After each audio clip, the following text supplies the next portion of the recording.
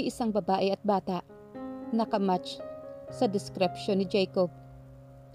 Kumabog kaagad naman ang dibdib niya. Sana ito na ang hinihintay nilang lead. Saan? Sa Pampanga. Sa isang karinderya sa Apalit.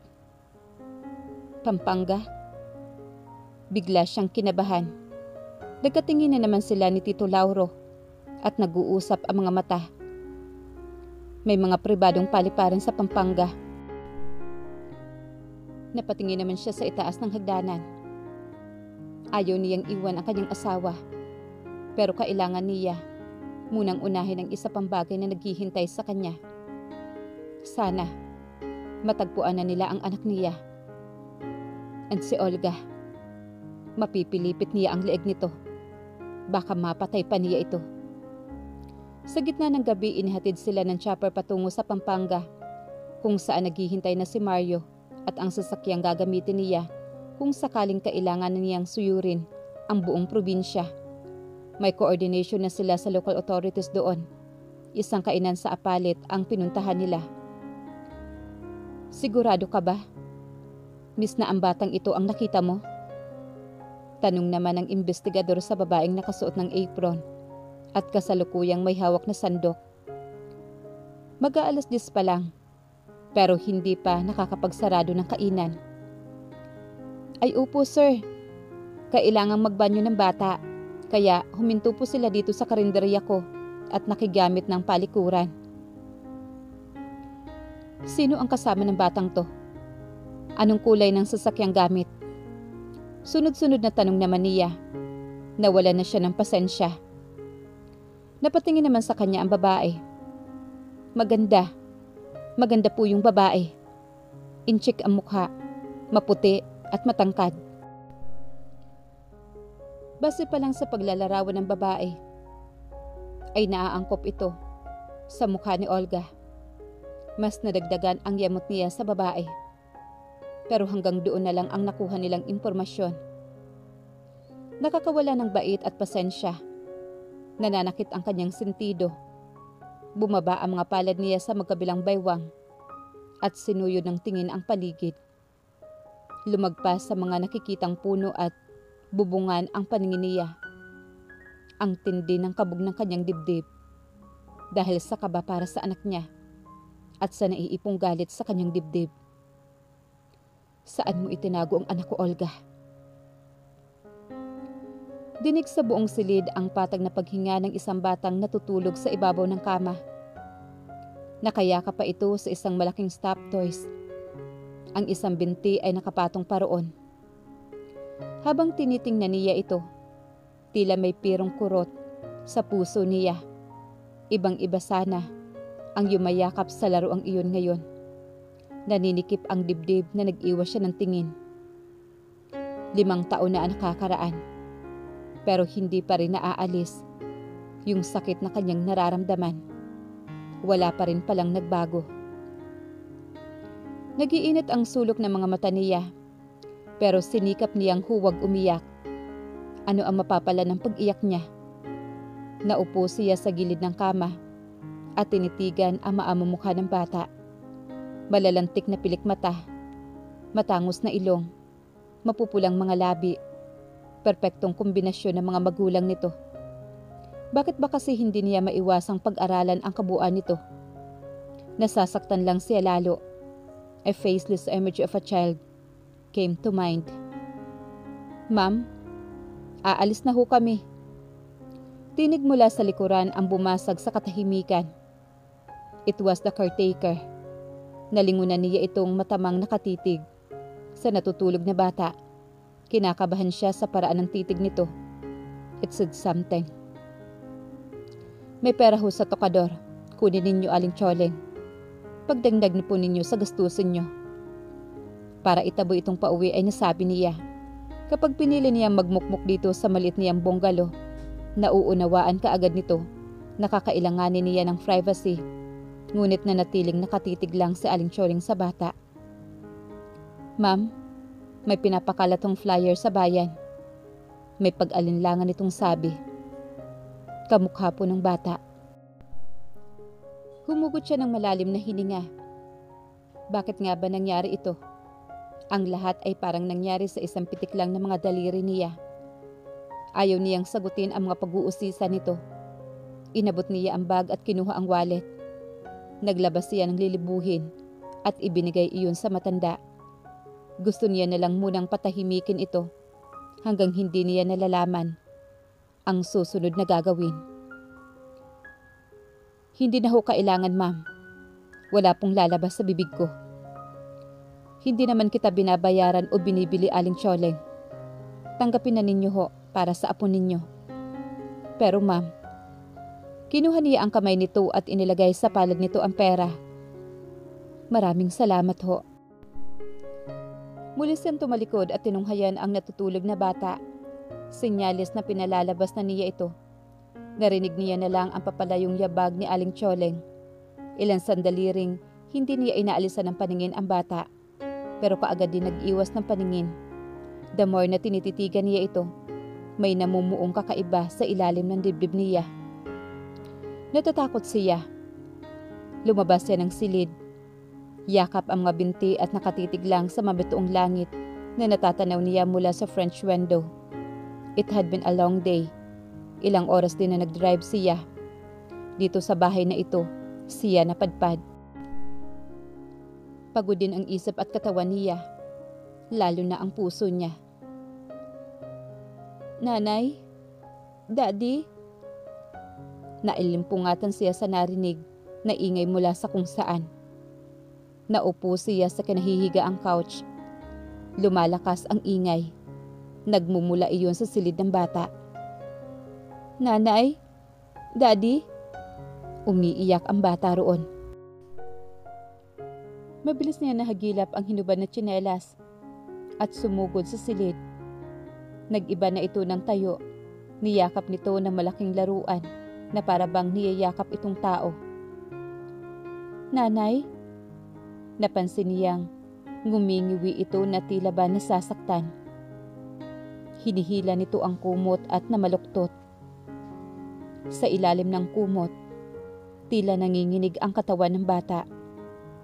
May kumot na, pero mukhang nilalamig pa rin. Mabilis ang mga paang napahakbang siya papalapit dito. Sinalat niya ang noo nito. Umaapoy ito sa init. Oh no! Natatarantang napatayo siya. Ito yung kauna-unahan na naka-encounter siya ng batang may sakit. Natataranta siya kung ano ang gagawin. Mabilis siyang tumayo at lumabas siya ng silid at nagtungo sa kusina at hinalungkat ang laman ng medicine cabinet. May isang bote ng gamot na siguro ay para sa apo ni Aling Tsyoleng. Hindi niya alam kung paano, ngunit mabilis niyang nakabalik sa silid na bitbit ang isang baso ng tubig, gamot at kutsara. Get up! Isinandal niya ang bata sa headboard. Pupungas-pungas naman ito at halos hindi maibuka ang mga mata. Niyakap nito ang mga tuhod. Shit! Mura naman niya sa sarili. Kabado niyang tinanggalan ng takip ng ang tempra at naglagay sa kutsara. Come on, inumin mo ito. Iniangat naman ng bata ang nakalublob nitong mukha at tuluyang nagbukas ang namimigat na mga talukap. Ilang saglit na blanko lang nitong tinitigan ang mukha niya bago nalipat sa gamot ang paningin nito. Inumin mo na. This time ay may halong pagsusumamo ang boses niya. Kinakabahan siya sa totoo lang. Please? Dahan-dahang naghiwalay ang namumula nito mga labi. Hindi man lang niya napansing nilalagnat na pala ito. Mariin niya namang napamura sa sarili. Paano kung lumala ang lagnat nito? Natataranta siya sa kaloob-looban niya. You lay down again and go back to sleep. Hindi tuminag naman ang bata. I miss my nanay and my daddy. Gusto ko na pong umuwi. Natigilan naman siya nang iniyakap nito ang maliliit na braso sa kanya. Bumalot ang kakaibang init sa dibdib niya na para bang may kagat ng langgam. na nanunuot sa kailaliman ng puso niya. Sinubukan niyang baklasin ang mga kamay nito. Ayaw niya sa nabubuhay na damdamin, ngunit ayaw humiwalay ng mga braso nito at mas nagsumiksik pa itong lalo sa kanya. "Can I hug you po? I'm so scared." Parang kinukuyumos ang puso niya. Masyado siguro siyang nalilito at kinakain ng mga reaksyon na nagawa niyang hayaan ito sa pagyakap sa kanya. Ni hindi na niya namalayan kung gaano katagal itong nakayapos sa kanya hanggang sa unti-unting gumalaw ang sariling mga kamay at lumapat sa likuran ng bata. Sinuklian na niya ang yapos ng bata at hinaplos ng marahan ang likod nito. Sa hindi maipaliwanag na rason, pinupukaw nito ang natutulog na mga damdamin sa tagong parte ng puso niya. Mga damdamin na inakala niyang hindi na niya mararamdaman pa. "Why are you crying po?" Nakatingala ito sa kanya. Napakaamo ng bukas na mukha nito. Napaka-inosente ng mga bata. And she hoped, bata na lang sana siya hanggang sa ngayon. Yung tipong walang ibang iniintindi kundi ang maglaro at hindi nasasaktan. Tuluyan ng humalagpos ang iniipon niyang hinanakit. Niyakap niya ito na mahigpit. Inilubog niya ang mukha sa maliit nitong katawan at walang patid na umiyak habang nakapikit. Ang tagal na niyang umiyak ng ganito. But this time, nailabas niya kung ano yung nakatago-tago sa kanyang dibdib. Hindi niya mapigil. Para siyang batang nagsusumbong sa malapit na kaibigan. Kaibigan na hindi niya alam kung mayroon pa siya. Nakakatawa. Pero si Miraya at si Conrad at ang anak nito. "Don't cry na po, Tita Pretty." Siya dapat ang umaalo dito. Siya dapat ang pumapawi ng takot nito at mga luha. Pero nakakatuwang siya ang binibigyan nito ng kalinga. His company was comforting. Ang maliliit na boses nito ay unting-unting pumapasok sa puso niya. At ang bawat haplos nito, tila ba pinagagaling siya. Pakiramdam niya ay may butas sa puso niya. Ang napunan. Butas na iisa lang ang makapapawi nito. It was the comfort of a lost child. Bumaba na ang lagnat niya, ma'am. Mula sa paghahalo ng gatas sa baso, ay napalingon si Olga sa pintuan. Naroon si Aling Choleng. Nakataas sa kamay nito ang hawak na thermometer. Tinawagan niya ito kanina. Wala naman siyang ibang maisip na lapitan maliban dito. Hindi niya alam kung ano ang gagawin. Wala siyang first hand sa pag-aalaga ng bata, lalo na at may sakit pa. Bahagya niya itong tinanguan at binalik ang pansin sa ginagawa niya. Para kasing hindi na niya makatagalan ang pagtitig sa mga mata nito. Or maybe, paranoid lang siya masyado. Narinig niya ang mga hakbang ni Aling Choleng. Tumabi ito sa kanya. Nananahimik. May gusto itong sabihin. Nagdadalawang isip lang. "May sasabihin ho ba kayo?" Siya na nag-ungkat. Itinabi niya sa baso ang gatas at ang mansanas naman ang hinugasan sa ilalim ng gripo. Hindi siya maaaring maging pamalit sa nawala sa'yo. Pansamantala siyang napahinto sa ginagawa. Wala siyang balak na kuhanin ang bata. Nangyari na ang dapat mangyari. Ang simpleng pagsilip lang sa bata ay nauwi sa ganito. Kaya naman, naging kidnapper siya ngayon. Masama ba ako, Aling Choleng? Ang mansanas ay nilagay niya sa plato at pumihit siya at sumandal sa sink. Diretso ngayon ang mga mata niyang nakatitig sa nakapinid na pintuan ng silid na kinaroroonan ni Jacob. Walang perpektong tao. Nakita kitang lumaki, Ma'am Olga. Maganda ang puso mo. Kahit naman siya ay naniniwala roon, napangiti siya na mapait. Ang nanay niya, kailanman hindi sinasabi ang mga ganitong bagay sa kanya. Lagi na lang nagmumula sa ibang tao ang appreciation na hinahanap niya. Ang tatay naman niya, he was a hard man to please. Hindi pa huli para gawin ang tama, Ma'am Olga. Naiwan siyang napapaisip. Halos buong magdamag na hindi siya nakatulog. Ang binabalak na ilang saglit ay nauwi sa ilang oras na pag-upo at pagtanaw sa kawalan. Lumilitaw na ang liwanag. Mula sa kinauupuan ay tanaw niya ang isang malagong puno. Ang pinakagusto niya sa lahat ng bahagi ng property na ito.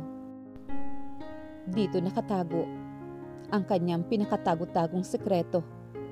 Lingid sa kaalaman ng lahat. Morning po, Tita Pretty. Nilingon niya ang pinanggalingan ng malamyos na tinig na tila hindi mabigas ng maayos. Jacob was there. Pupungas-pungas na kumukuskus ang mga mata gamit ang likod ng palad nito. Napaka-cute nito at napaka-adorable. Gutom na po ako. Pwede na po ba akong kumain? Cute nitong tanong na nasa likuran nito ang dalawang palad. Mabilis siyang tumayo at nilapitan nito. Nag-aalala na baka mapasama pa ang pakiramdam nito. Sinalat niya kaagad ang noo nito. Okay na ba ang pakiramdam mo ngayon? Wala na bang masakit sa'yo? Cute na ngumiti naman ito sa kanya. Wala na ang takot nito sa mga mata kahapon. Kaya nga ba, madali niya itong nakausap at natangay nang hindi naman sana pinaplano. Binuhat niya ang bata at pinaupo sa tabi niya. Sa kaniya napansin ang nanlamig ng mga pagkaing inihanda niya kanina. Pwede bang initin natin? Naging mabilis naman ang bawat kilos niya. Kumuha siya ng ibang pinggan at nilagyan iyon ng panibagong sandok ng pagkain. Nagdasal muna ito bago kumain. Sino na lang ba ang nagdadasal bago kumain? Eat na po tayo, Tita Pretty. No, ikaw na lang ang kumain. Itinaas niya ang palad para pigilan ang napipinto nitong pagsubo sa kanya. Tumayo siya at ilalagak na sana sa sink ang nanlalamig na nainumin. Huwag niyo pong itatapon. Nagulat naman siya. Nag-ingay ang upuan nito nang bumaba ito at lumapit sa kanya. Gawin po natin popsicle. Cute na suggestion naman ito. Dahil may laman ang bibig nito, tinakpan niya ang baso ng gatas at inilagay sa ref. We can make it later. Ipagpatuloy mo na ang pagkain mo. Imbes na umupong muli ay pinilit nitong abutin ang isang plato sa lalagyan. Baka ayaw nito sa inihain niya. Ako na. Kahit nang simula nitong lagyan ng pagkain ng pinggan na hinihiling nito, ay pinanunood niya lang. Umawang ang bibig niya nang itulak nito ang pinggan papalapit sa kanya. Kumain na po tayo. Nakikita ko pong malungkot ka. May haplos sa puso ang simpleng bagay na ginawa nito. Bulag si Miraya, pero nagawa nitong palakihin si Jacob ng tama. Kung nabuhay ang anak niya, ganito rin kaya ito kabait. Do you miss your mom? Napahinto naman si Jacob sa pagsubo at napatitig sa kanya. Pumalit ang lungkot sa mga mata nito. Opo. Di napigilang haplusin niya ang pisngi nito. Hindi niya namalayang masyado na pala siyang naaaliw sa katititig at paghaplos sa mukha nito. Para kasi iyong isang bagay na kailanman ay hindi nakakasawang gawin. Do you love your mom? Nagliwanag naman ang mukha nito. Inilapag ang tinidor na may nakatusok na hotdog sa gilid ng plato at napapapitik pa sa ere ang mga daliri na nagsalita ito. Super duper love po. He made a famous Korean sign for love. Bahagya siyang napangiti sa inakto nito. Ang saya siguro ng bawat araw na ganitong bata ang nakakasama ni Miraya. Uuwi ka na sa nanay mo ngayon. Talaga po? Tumango naman siya. Tapusin mo na ang pagkain mo. At uuwi na tayo, okay? Lumabas ang maliliit at magagandang pares ng mga ngipin nito. "Thank you po, Tita Pretty." Sumugod naman si Jacob ng yakap sa kanya. This time around, hindi siya umilag sa yakap nito. Sa katunayan, gumanting yakap siya rito. Ano man ang magiging kahinatnan sa ginawa niyang ito, nakahanda niyang tanggapin. Hindi na sana humantong sa ganito ang lahat. Tama si Aling Choleng. It was never too late to right every wrong she committed. Matapos kumain ay pinalaguan niya ito. "Kaya ko na po, Tita Pretty." Naupo siya sa gilid ng tub at pinanood itong maligo. Kapag hindi nito nagagawang buksan ang shower head, siya ang gumagawa niyon. Kapag hindi naaabot ang lagayan ng sabon, siya ang kumukuha para rito. "Thank you, Jacob. Thank you for making me feel like a mom." Nakangiti lang itong nakatitig sa kanya. Ngiting nakakapagpagaan ng mabigat na dalahin sa dibdib. Yung ngiti nito ay tila humahaplos sa pusong ina niya. "Can I hug you one last time?" Mahigpit ang naging yakap niya sa bata. Kapag siya naman ang nagkaroon ng tsansang maging ina, hindi niya gagayahin ang pagpapalaking ginawa sa kanya ng mami niya. She would be a great mother, just like Miraya. Ngayon niya aaminin. Maraming mayroon si Miraya na wala sa kanya. Tuloy-tuloy ang pag-agos ng mga luha niya. "Can we go now?" Masyado na palang napapahigpit ang yakap niya sa bata. "I am so sorry." Hinawi niya ang nagbabadya ng malalaglag na mga luha bago nito bitawan. "Can you promise me one thing?" Hinintay ni Jacob ang anumang sasabihin niya. "Next time, huwag na huwag kang sasama kahit kanino na hindi mo kilala, okay?" Gaya ng nangyari. May mga pulis nang nakapalibot at nagtatanong sa hysterical na yaya ng bata. Gaano ba katagal na naglilibot sila kasama si Jacob na hindi na niya nakalkula ang oras. Nadagdalawang isip siya kung ibabalik si Jacob, lalo na nang matanaw niya si Tita Liana. Magkahalong galit at pag-alala ang nakikita niya rito. Confused, hinila niyang muli si Jacob sa loob ng kotse at pinasibad iyong papalayo. Sa isang iglap lang ay nawala ang talino niya. Parang lumipad iyon sa malayong lugar at hindi na nahabol pa ng utak niya. Malungkot na masaya niyang tiningnan ang magkahawak na mga kamay nila. Ninanamnam niya ang init ng palad nito. Umabot iyon sa puso niya.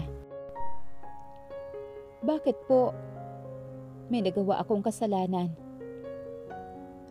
At sa mami mo, na sana mapatawad niya ako. Kaya lang, huli na ang lahat." Sinalubong sila ng may kalakasang pagdampi ng mainit na hangin sa balat. This morning was exceptionally chilly. Kinuha niyang scarf at ibinalabal sa giniginaw na si Jacob. Napako naman ang mga mata niya sa punong kahoy sa hindi kalayuan. "Nakikita mo ba yon?" Gumagaralgal ang boses niyang tanong na itinuro ng isang kamay ang puno. "Someone is out there." "Ha? Sino po?" "Malalaman mo rin." Bubuksan na sana niya ang pintuan ng kotse nang bigla na lang umalingaw-ngaw ang malalakas na tunog ng sirena ng mga sasakyan sa labas ng bakuran. Vehicle were coming out of nowhere. Nakita na lang niya, isa-isang huminto ang mga iyon sa tapat ng bakod. Nagsilabasan ang mga unipormadong pulis. Ilan sa mga ito ang papalapit sa kanilang kinatatayuan. Gusto niya magsalita, pero nanigas na siya. "Olga Nikolaicheng, you are under arrest for kidnapping. Jacob Alvarez, you have the right to remain silent." Napatunghay naman siya kay Jacob na nakatingala rin pala sa kanya. Jacob's face was marred with confusion and fear. Ipapantay na sana niya ang katawan sa bata para yakapin ito. Pero kusang naghiwalay ang kanilang mga kamay. May humila rito papalayo. Pumalit sa mainit nitong palad ang malamig na metal. She was handcuffed. Sumigid ang kaba at kakaibang uring takot sa buong sistema niya. Napatingin siya sa paligid. It was like a sense from a movie. Everything happened too fast. Nang muli niyang tingnan ang bata, inakay na ito ng isang pulis papalayo sa kanya. Naririnig niya ang pagtawag nito sa pangalan niya. May humila sa kanya. Lumapat sa balat niya ang magaspang at nanunusok na Carabao grass. It was overkill.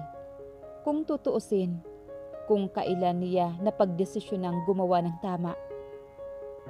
Sinikap niyang ibalik kay Jacob ang paningin. Nakita niya na lang na may isang may edad na lalaki ang ngayon ay nakaluhod at yakap ang bata na umiiyak na nakatitig sa kanya. Si Tito Henry, ang ama ni Conrad. May kung anong emosyong sumungaw sa mga mata nito habang nakatitig sa kanya. Sa gitna ng kaguluhan, all she was thinking was about Jacob. May sinasabi pa ang pulis pero hindi na niya maintindihan pa. Parang lumulutang ang utak at katawan niya sa ere. Ipinikit niya ang mga mata. Isang bagay lang ang ipinapanalangin niya. Namuo ang realisasyon at takot. Natuklasan na lang niyang may naglandas na mga luha sa kanyang pisngi. Gusto niyang pawiin ang mga iyon pero nakatali ang kanyang mga kamay.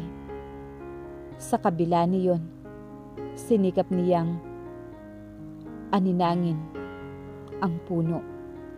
And one last time, I'm sorry anak. Mommy messed up again. Tila naging malabo ang lahat. Sa kabila nun, lumilinaw sa utak niya kung paano humantong sa ganito ang lahat. Muling bumalik sa isipan niya ang panahon na nasa kanya pa si Conrad.